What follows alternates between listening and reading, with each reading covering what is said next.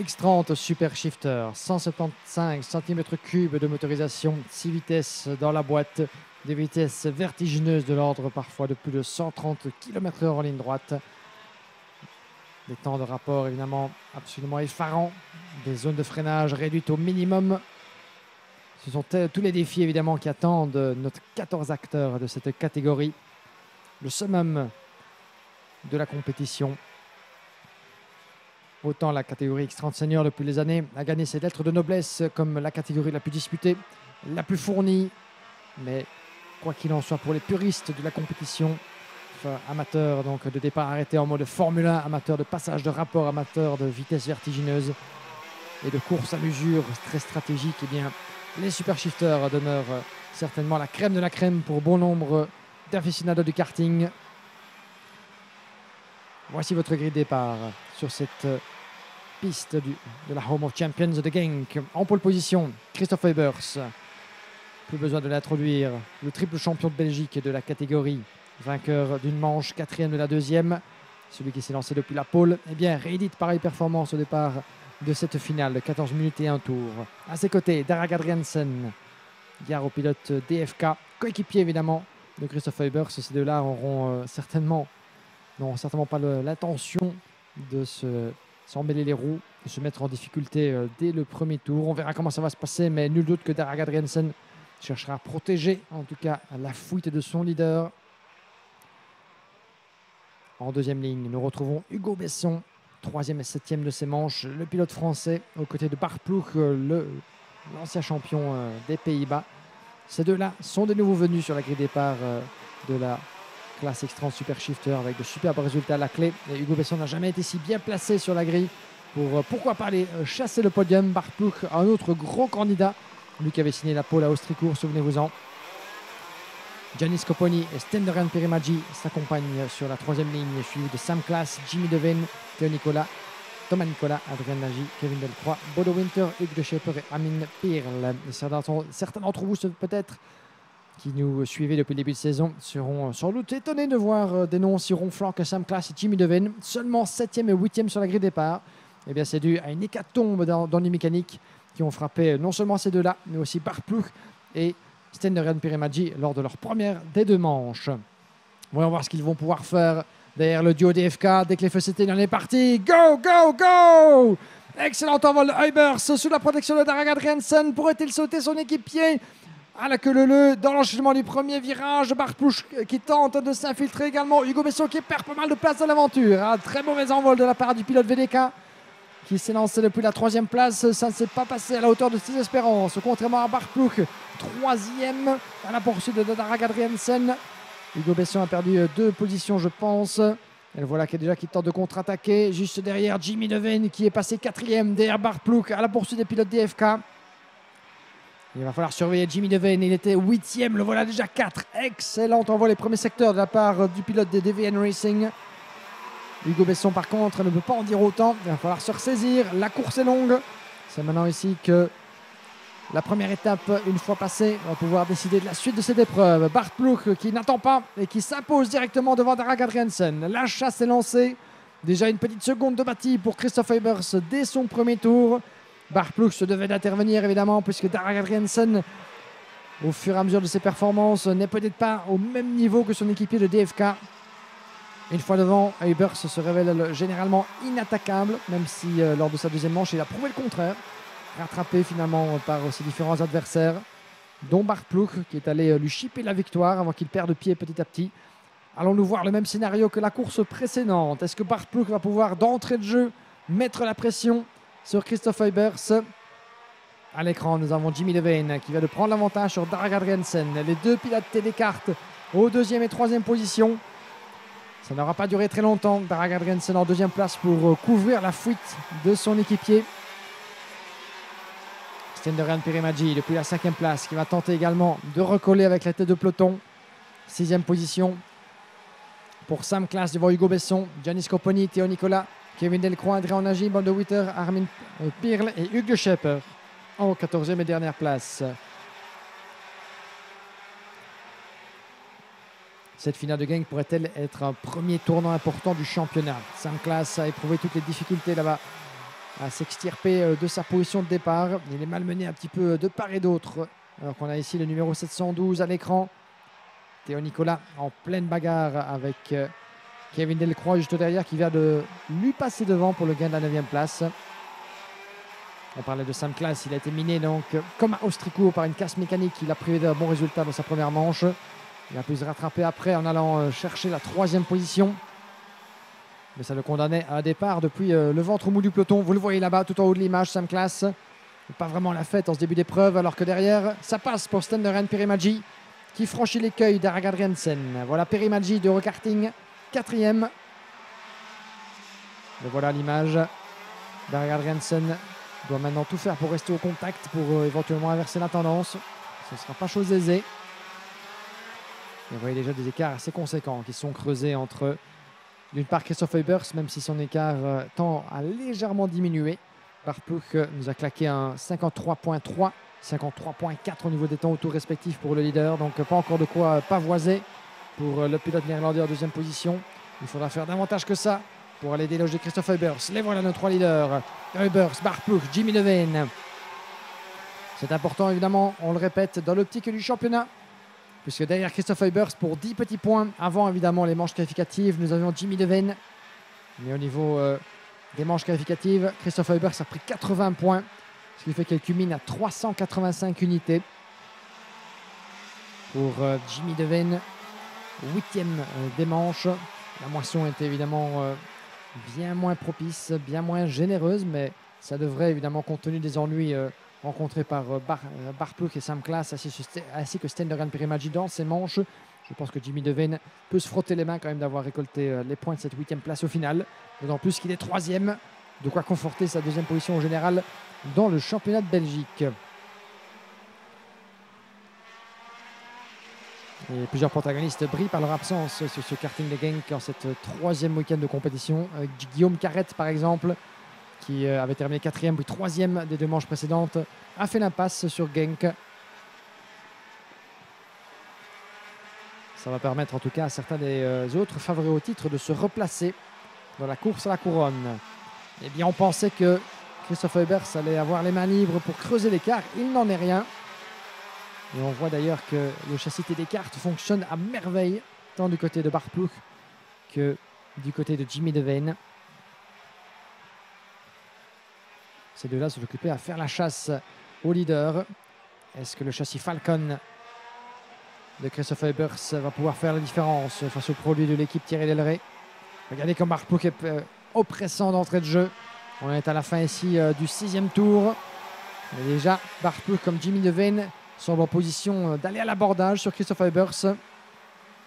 Une véritable montée en puissance de la part du matériel TD-Kart, tant du côté du team officiel que de Devane Racing.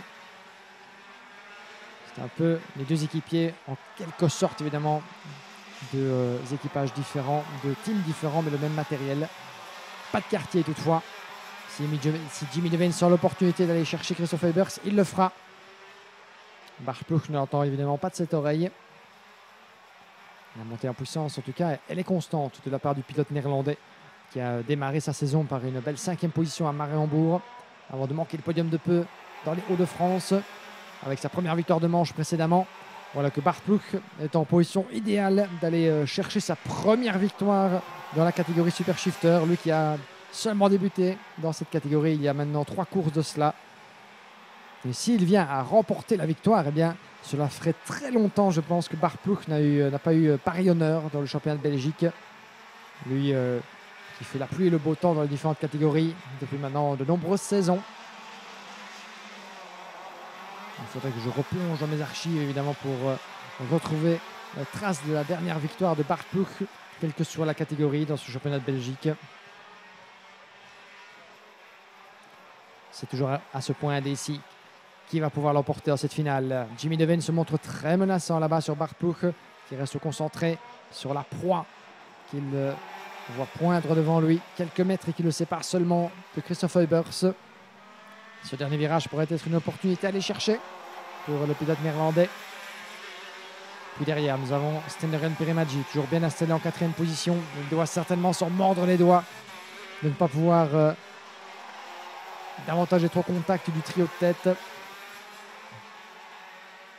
5e place pour Darragh Adriaensen. Sam Klaas 6e, qui lui-même a 1 seconde 2 de retard sur Darragh Adriaensen. Donc tout espoir du top 5 à ce stade de l'épreuve semble bien compromis pour Sam Klaas. Depuis le début de la saison, le pilote du team SLC est occupé à grappiller ce qui peut l'être dans ce championnat. Après sa 2e place de Mariembourg, il avait terminé seulement 5e à Austricourt après une nouvelle casse mécanique dans ses manches. Bige répétitia ce week-end et pour l'instant il reste calé en 6e position. Cela fait des affaires de l'opposition évidemment. Il faudra reprendre les mêmes et tout recommencer de zéro d'ici quelques semaines. Rendez-vous d'ailleurs au 3e week-end du mois d'août sur ce même tracé de Genk pour la 4e et avant-dernière épreuve du championnat. Puis après ce sera fin septembre au Karting Define International Raceway de Mariembourg pour la conclusion en fanfare du championnat de Belgique 2023. Vous aurez l'occasion d'ailleurs, lors de la prochaine étape de Genk, de retrouver notre collègue et ami Thomas Bastin au micro de la IAME Series Benelux. Thomas Bastin qui nous a fait le plaisir d'être présent ce vendredi pour me suppléer au micro. Merci beaucoup Thomas. Que l'on retrouvera donc d'ici quelques semaines à la barre pour les 3 jours de compétition en votre compagnie. Chères téléspectatrices et téléspectateurs, on vous y attend encore une fois nombreux et nombreux pour suivre les soubresauts du championnat de Belgique. Et ça nous promet encore bien de spectacles. À l'image, le numéro 712. Théo Nicolas en pleine bagarre avec Adrian Nagy et Armin Pirl, certains des nouveaux venus dans ce championnat de Belgique. Armin Pirl, que l'on avait vu à Mariembourg pour l'entame du championnat. Théo Nicolas, son meilleur résultat, il est allé chercher à Austricourt. Adrian Nagy, le pilote néerlandais, dont c'est la première apparition, si je ne m'abuse, cette saison. De retour en tête et changement pour la 2e place. Voilà Jimmy Devine qui s'impose à Bart Ploeg. Ça va être intéressant. Bart Ploeg n'est pas parvenu dans l'intervalle à faire sauter le bouchon Christophe Huybers. Est-ce que Jimmy Devine, avec son pare-choc noir aisément reconnaissable, va pouvoir y parvenir? Le pilote de Devian Racing très très menaçant. Bart Ploeg pas forcément satisfait sans doute de s'être fait déposséder de cette 2e place. Huybers est toujours bien solidement installé à la 1re place, mais pour combien de temps? La pression commence à être absolument insoutenable sur les épaules du pilote DFK. Il ne commet aucune erreur, évidemment, ne regarde pas derrière lui. Pour un pilote de kart, commence à regarder sur son épaule de manière trop frénétique. C'est le début de la fin. C'est montrer à l'adversaire que vous êtes vulnérable et que tout est dès lors possible. Une petite approche, un petit coup d'œil au point de freinage du virage numéro 6. Il n'y a nulle part où aller pour Jimmy Devine, qui compte bien évidemment montrer à Christophe Huybers jusqu'au bout. Il va falloir compter avec lui. Très bonne motricité de Huybers à la sortie de l'épingle. Vous le voyez, il parvient à mettre quelques mètres de distance entre lui, Jimmy Devine, et Bart Ploeg. Rien n'est encore joué, rien n'est fini. 3 minutes 20 secondes et un tour avant le drapeau à damier de cette finale.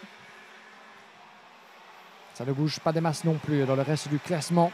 On vous le disait, ce genre d'épreuve en super shifter et de manière générale dans les classes à boîte de vitesse, tout se joue sur la distance. C'est un long game. Parfois aussi ça prend, même s'il s'agit d'épreuves sprint, ça prend parfois le profil de course, de petite course d'endurance, puisqu'il faut tenir la distance du premier au dernier tour avant de éventuellement trouver l'interstice, porter les stockades au moment où votre adversaire l'attend le moins peut-être. Ça demande régularité et concentration. Et c'est à ce petit jeu-là peut-être que Christophe Huybers a encore une chance de se défaire de la pression de Jimmy Devine et Bart Ploeg.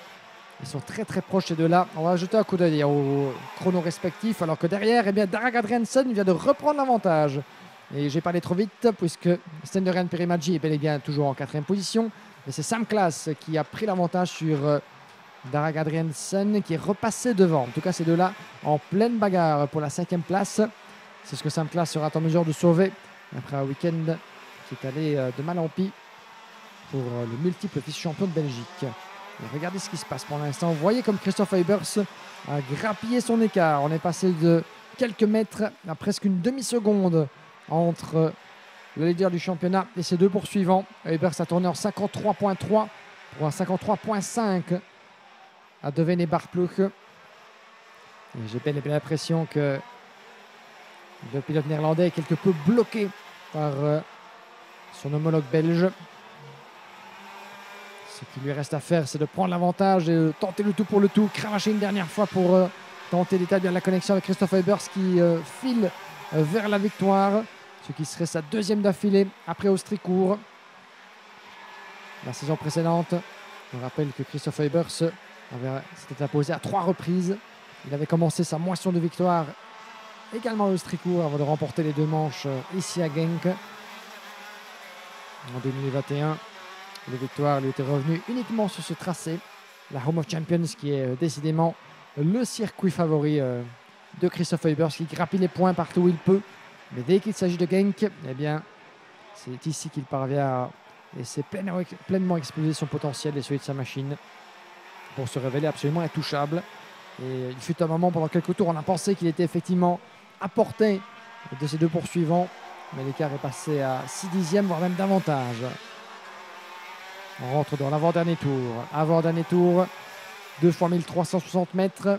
Une petite demi-seconde entre Eybers et Jimmy Leven. Est-ce que cette finale pourrait encore être complètement chamboulée dans ces derniers instants? Il est à souligner que ces 3 pilotes font preuve d'une régularité absolument exemplaire. Aucune erreur d'un côté comme de l'autre. Et Deven qui est parvenu à mettre quelques mètres d'avance entre lui et Bart Ploeg, qui pourrait devoir se contenter de la 3e marche du podium, ce qui serait bien son meilleur résultat à ce niveau. Lui qui avait terminé bien, aux portes de ce podium à Austricourt, il pourrait goûter aux joies du champagne en quelque sorte, ici dans l'antre de Genk.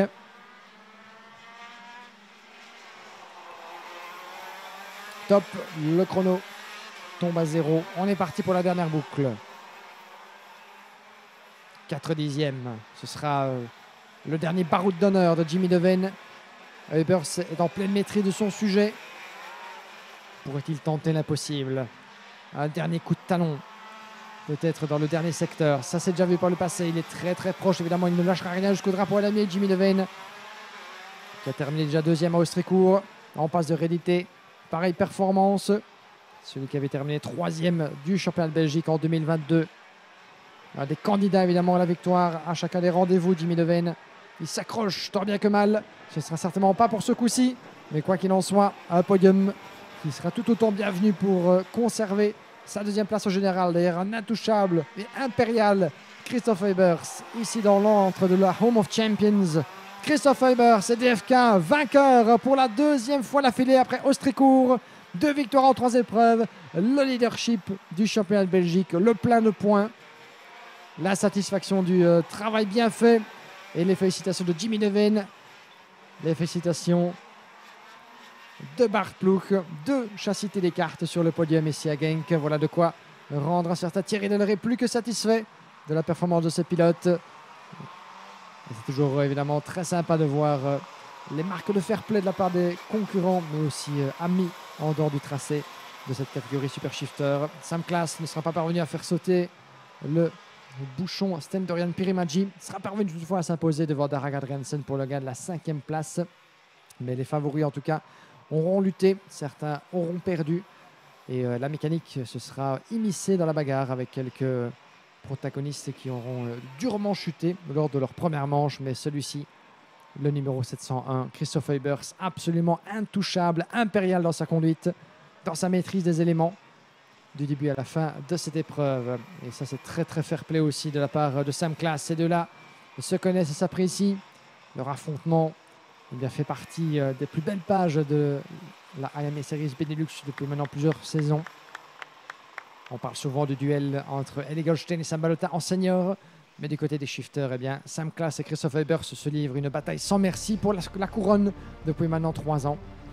Et mon petit doigt me dit que c'est loin d'être terminé. Christophe Eybers s'impose 2 petits dixièmes seulement sur Jimmy Leven. Il lui aura manqué peut-être un tour ou 2 au pilote DVN Racing pour faire pencher la balance en sa faveur. Ce sera partie remise d'ici un petit mois sur ce même tracé de Genk. Bart Ploeg complète le podium devant Sten Dorian Pirimadji, Sam Class, Darragh Adriansen, Hugo Besson, Giannis Copponi, Armin Pearl, Théo Nicolas, Bodo Winter, Adrian Nagy, Hugues de Schepper et Kevin Delcroix qui aura dû malheureusement se retirer de cette finale.